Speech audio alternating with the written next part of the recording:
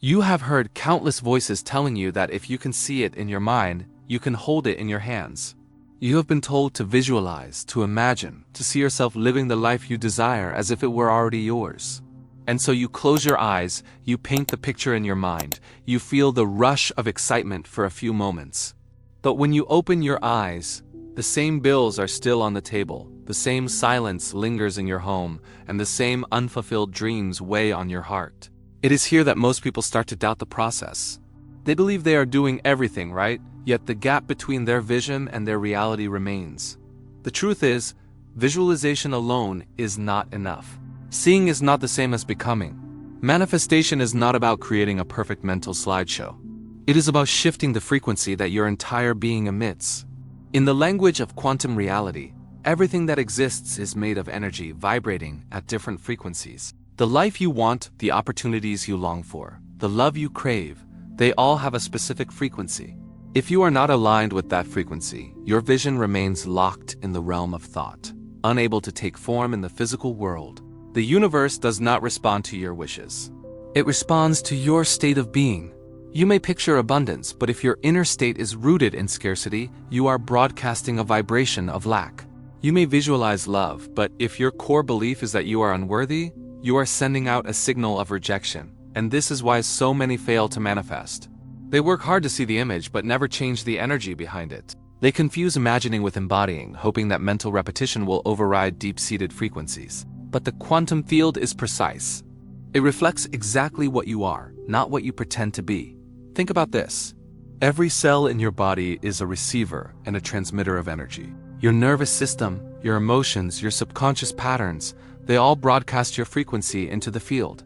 If you spend 10 minutes visualizing wealth but spend the rest of the day worrying about money, your dominant vibration is still lack. The quantum field responds to that majority signal. This is why the work is not to force the vision into your mind, but to transform the person holding the vision. Your identity must evolve to match the reality you seek. The truth is not glamorous, and it is not about repeating affirmations until the universe gets tired and gives in. It is about reprogramming the patterns that keep you anchored in your current frequency. Until your inner frequency matches the life you want, the gap will remain. Once it aligns, you will not have to chase your dream. You will become it, and the field will have no choice but to mirror you back. The truth about quantum frequency. To understand why frequency is everything, you must first accept that reality is not as solid as it appears. What you see, touch, and experience is simply energy slowed down into a form your senses can interpret. Science has already proven what ancient wisdom has always whispered, that at the deepest level, everything is vibration. Your body, your thoughts, your emotions. Even the chair you're sitting on right now, all of it is made of particles in constant motion. And here's the part most people overlook. Your thoughts and emotions don't just affect you internally. They generate a measurable frequency that interacts with the field around you. The quantum field, call it the universe, creation, or God's design, does not speak English, Spanish, or any human language. It speaks frequency. And every moment of your life, you are speaking to it. The words you say are irrelevant if the vibration beneath them says something else entirely. You can say, "I am abundant," but if the frequency you emit is fear, doubt, or desperation, the field hears the truth of your state, not the noise of your words. This is why people sometimes experience an uncanny coincidence when they aren't even trying to manifest, because, in that moment, their frequency naturally aligns with what they desire. And it's also why others work tirelessly on affirmations and vision boards but see no change because the dominant signal they send out contradicts their mental image. The law of attraction is not a law of wanting. It's a law of matching. Your frequency is shaped by more than just the thoughts you think for a few minutes a day. It's molded by the beliefs you hold without question, the emotional patterns you rehearse daily, and the level of trust you carry in the unseen. If you live in constant stress, your body is broadcasting survival energy, and survival energy is incompatible with the expansive frequency of creation. You can't be in fight or flight and expect the field to deliver something born of peace, joy, and openness. Think of the quantum field like a mirror that doesn't reflect your face but your essence. If you want to change what you see, you can't stand in front of it with a fake smile while your heart is heavy with doubt. The mirror will show the truth beneath the mask. This is why manifestation is never about convincing the universe. It's about transforming yourself until the reflection can't help but change. And here's the most challenging part for many people. You cannot fake frequency. You can't trick the field into giving you something your being is not ready to hold.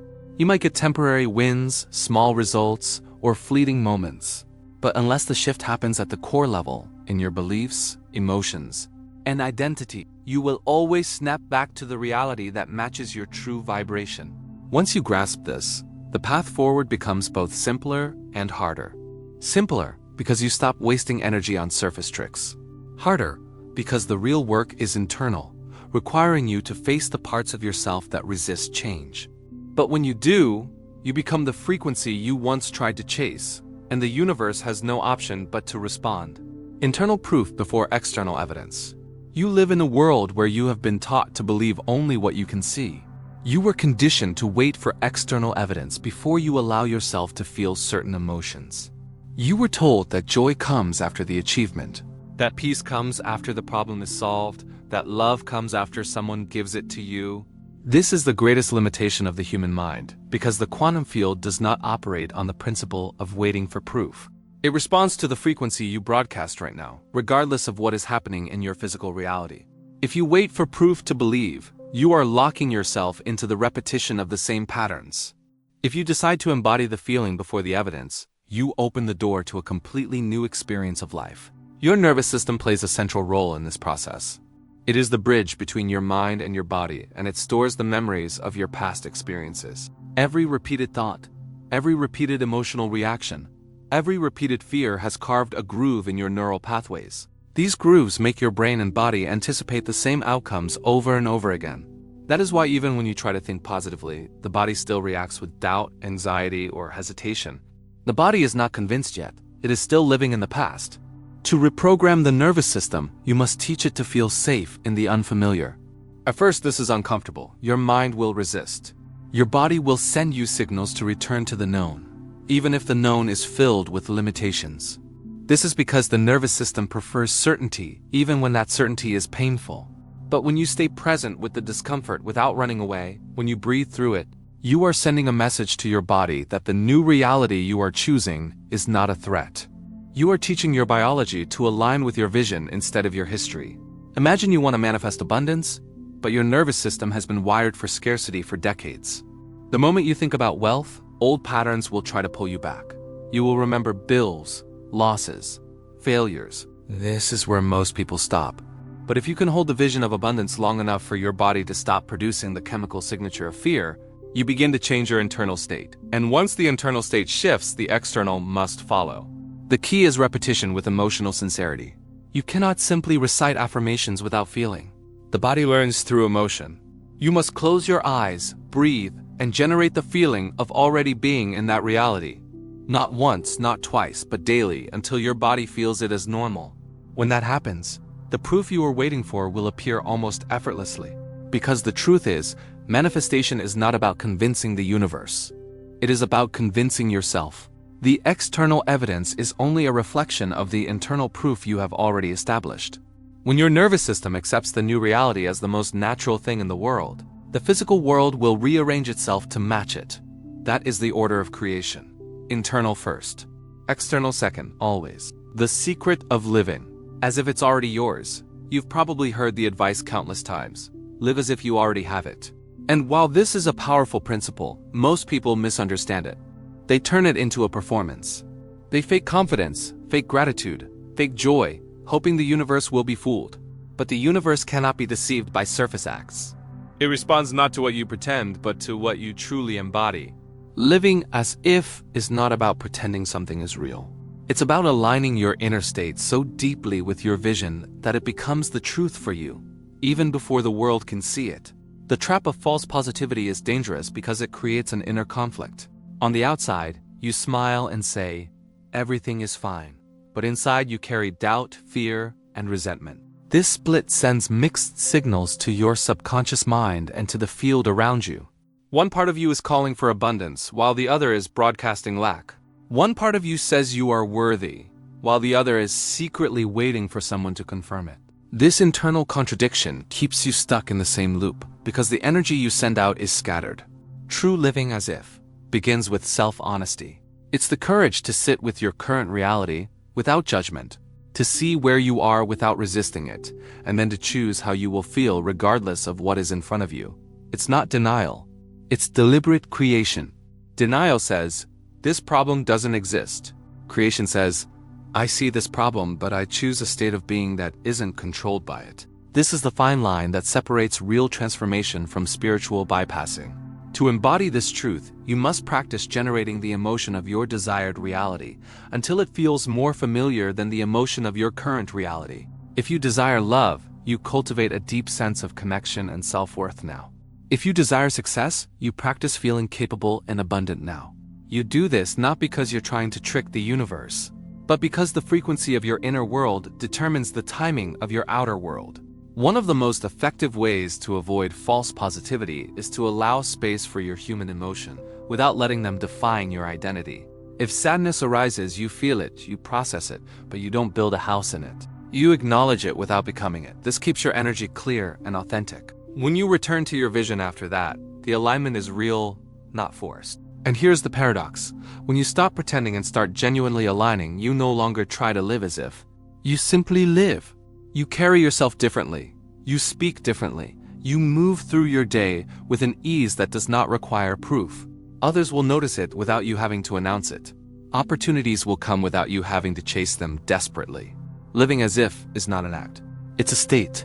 And when that state becomes natural to you, the manifestation is inevitable. Because the external world is only ever a delayed mirror of who you are being right now. The mystery of 777 and the quantum turning point. In spiritual circles, the number 777 has been celebrated for centuries as a sign of divine alignment, a message from the higher order of reality that you are on the right path. But beyond superstition or numerology, there is a deeper truth. 777 is a symbol of crossing a quantum threshold. It marks the point where your inner state has reached such coherence with your vision that the external world has no choice but to respond. It is the moment when possibility crystallizes into probability. Think of it like water heating on a stove. For a long time, nothing seems to happen. You stir it, you watch it, you wait, and still the surface is calm. But deep inside, molecules are moving faster and faster, building invisible momentum. Then, at exactly 100 degrees Celsius, everything changes. The water boils, the state transforms, and what was once liquid becomes vapor. The 777 moment is your personal boiling point. It is when your vibration, your consistent state of thought, feeling, and being becomes so elevated and stable that reality shifts in response. The challenge is that most people never notice when they're approaching this point. They give up just before the breakthrough, mistaking the lack of immediate evidence as proof that nothing is working. But the truth is that the absence of visible results is often the clearest sign you're close. It means the old reality is exhausting itself, losing power, while the new one is building behind the scenes. Recognizing the threshold comes down to one thing: emotional neutrality. You no longer feel desperate for the outcome. You no longer oscillate between hope and despair. Instead, you carry a quiet confidence, a sense that it's already done. This is not indifference, it's certainty. It's the inner knowing that what you have been aligning with is already part of your energetic signature. In practical terms, you might notice synchronicities stacking up, chance encounters, repeated symbols, unexpected opportunities. You might see the number 777 or other repeating patterns on clocks, receipts, license plates. But these are not the magic. They are the reflections of the magic. They are the echoes of a shift that has already happened inside you. The danger is to become obsessed with signs and forget the substance. 777 is not a promise that something will happen. It's confirmation that something is already happening. Your role is not to cling to the sign, but to continue walking in alignment with the vibration that attracted it. At the quantum level, crossing the threshold is irreversible. Just as water cannot unboil, once your energy passes this point of coherence, the change is set in motion. You may not control the exact timing or the form the manifestation takes, but you can be certain that the path is locked in. The vibration has done its work. When you reach this place, you stop asking, when will it happen? And start living as though the answer has already been given. And in that state, the only thing left is for the physical world to catch up.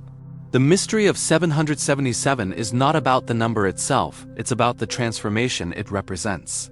The invisible moment when you stop chasing reality and start creating it, remembering your true nature as a manifester. The greatest misunderstanding about manifestation is believing it is something you do.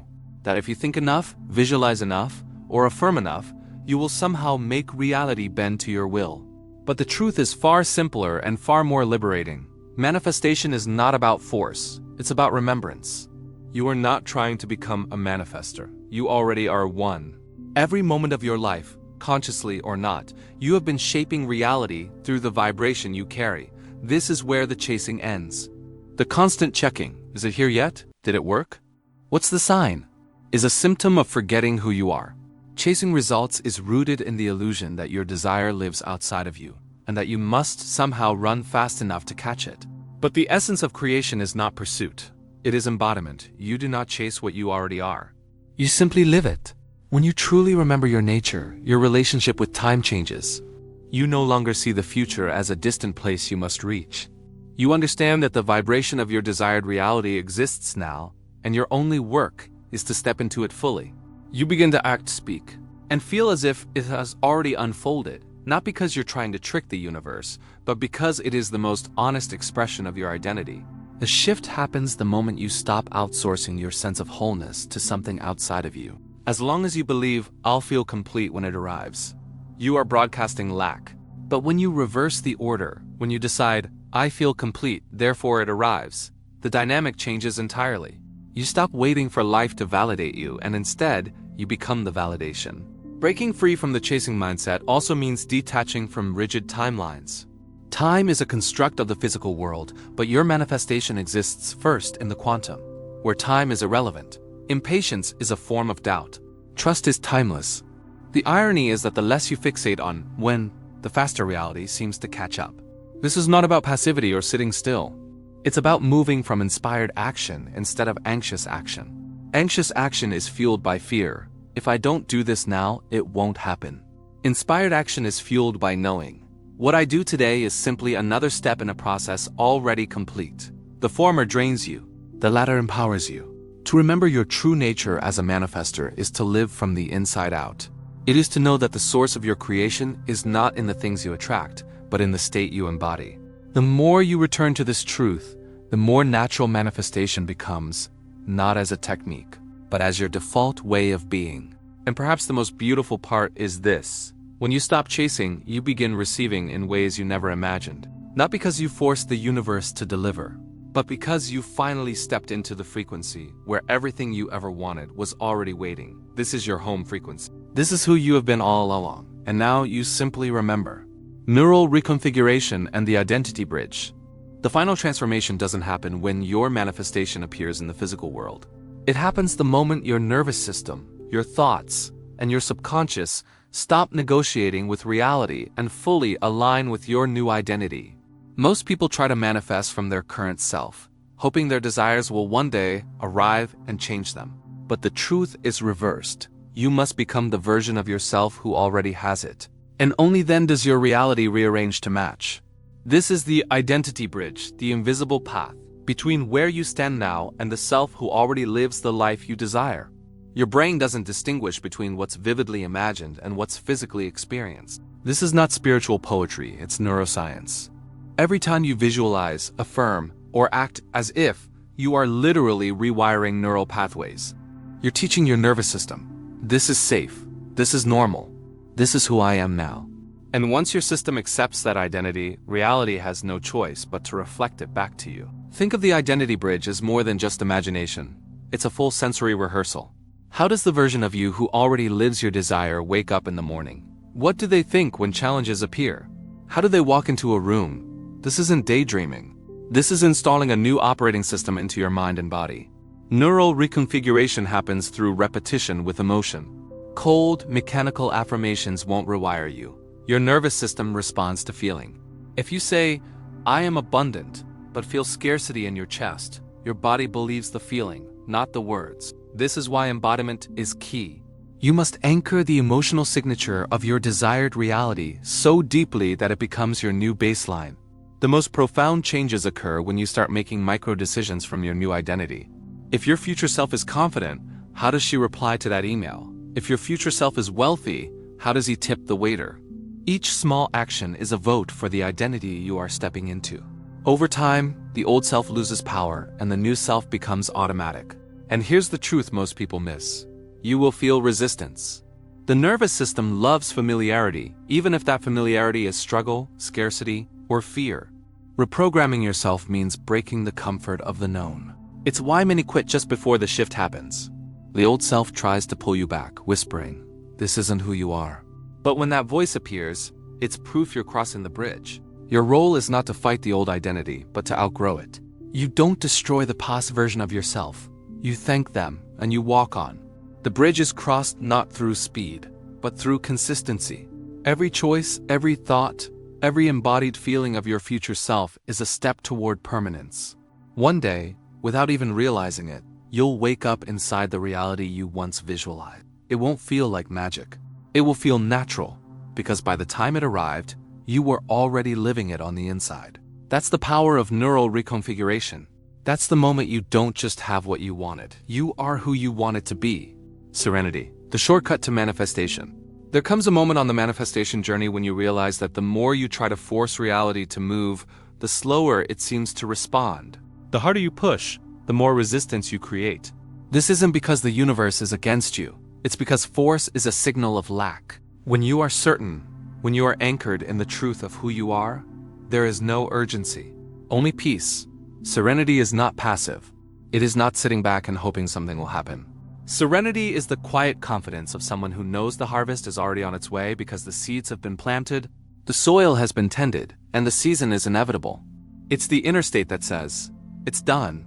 When you are at peace, your nervous system stops sending out signals of fear, scarcity, and desperation. Your body moves into coherence. Your mind becomes clear.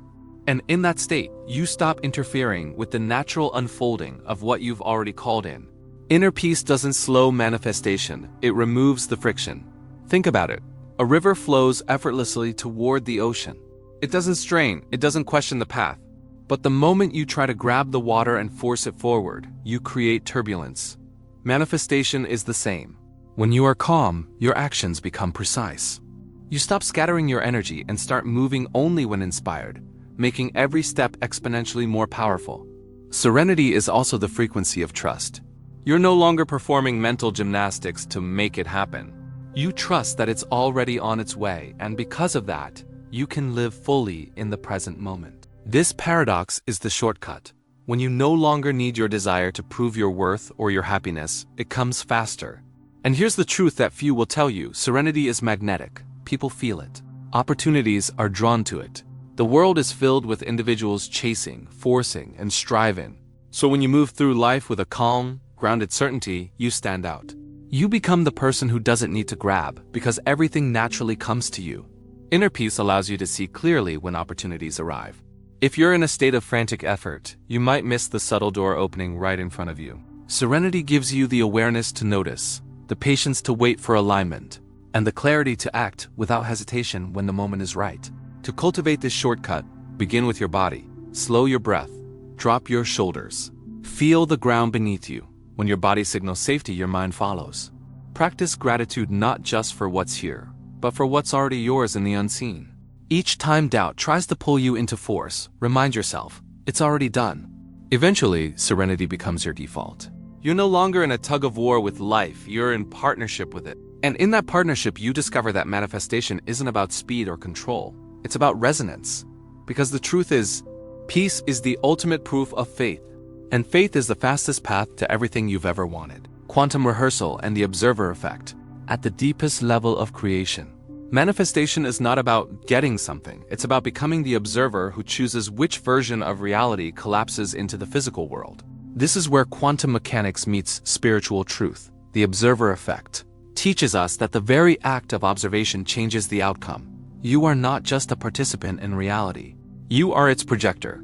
Every thought, every emotion, every mental image you hold with conviction is a projection into the quantum field.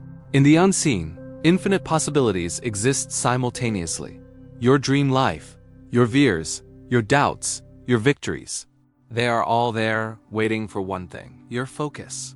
When you observe with clarity and certainty, you collapse that possibility into your lived experience. This is where quantum rehearsal becomes your most powerful tool. Imagine an actor rehearsing a scene.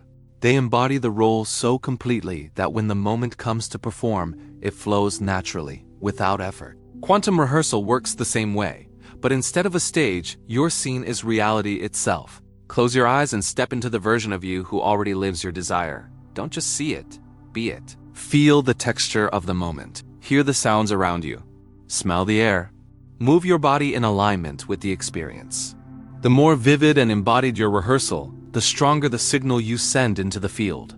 The key is not to rehearse as if you're hoping for it. Rehearse as if you're remembering it. Your subconscious doesn't know the difference between a vividly imagined event and a physical one, so with each repetition, you're building neural pathways and energetic signatures that match your desired reality. When you release the rehearsal and return to the present, the universe begins rearranging matter, time, and events to match the blueprint you've just imprinted. This is why you must protect your focus. If you spend 10 minutes in quantum rehearsal, but the rest of the day doubting and contradicting it, you're sending mixed instructions into the field. Clarity collapses reality. Confusion delays it. And here's the magic. The moment you stop obsessing over how it will happen, you create space for the path of least resistance to appear. That's when synchronicities multiply, people show up at the right time, and random opportunities align perfectly. From the outside, it looks like luck. From the inside, you know it's the observer effect in action. This is the final stage of manifestation. Becoming the conscious observer who no longer waits to see before believing, but who believes so completely that seeing becomes inevitable. You move from forcing reality to selecting reality. You stop chasing and start receiving, and now you have the full map. You are no longer at the mercy of circumstance. You are the architect, the seed planter, the river, the bridge, and the observer. You've learned how to command your mind, align your body, and attune your energy to the highest frequency of creation. Now it's time to live it. Don't let this be another piece of knowledge that fades in the noise of everyday life. Choose one practice from what you've learned and apply it today. Not tomorrow, not when things feel ready, but now. Because reality is already responding to you. The question is, will you meet it halfway? Breathe in, center yourself, and as you step forward, remember, you are not manifesting something. You are manifesting yourself. And when you live from that truth, the world can only reflect it back to you. It's done. If this message resonated with you, subscribe now to stay connected with the energy that awakens you. Like this video to anchor this frequency in your field. Hit the notification bell so you never miss a transmission that your spirit needs.